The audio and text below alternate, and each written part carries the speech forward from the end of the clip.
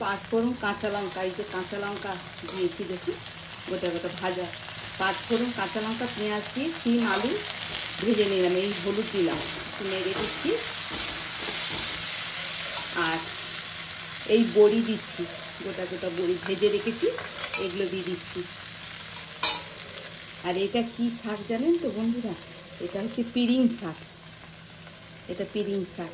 শীতকালে সমস্ত ভ্যারাইটিস সবজি শাক পাওয়া যায়।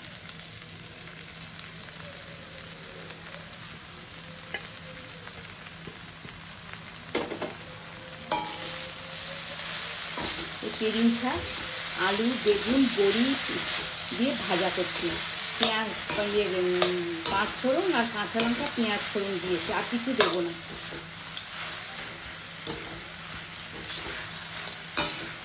শাকটা তাড়াতাড়ি হয়ে যাবে তো এই জন্য লাস্টে দিলাম। অর্ধেকটা সেদ্ধ হয়ে গেছে আলু, কেন নতুন আলু তো চট করে মানে সেদ্ধ হতেও দেরি লাগে, এই জন্য কালারটা কি সুন্দর চেঞ্জ হচ্ছে।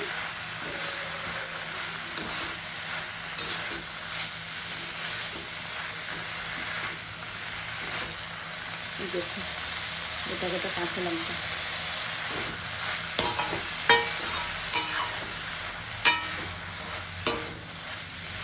একটুখানি হয়ে গেছে, কতটুকু হয়ে গেছে দেখুন।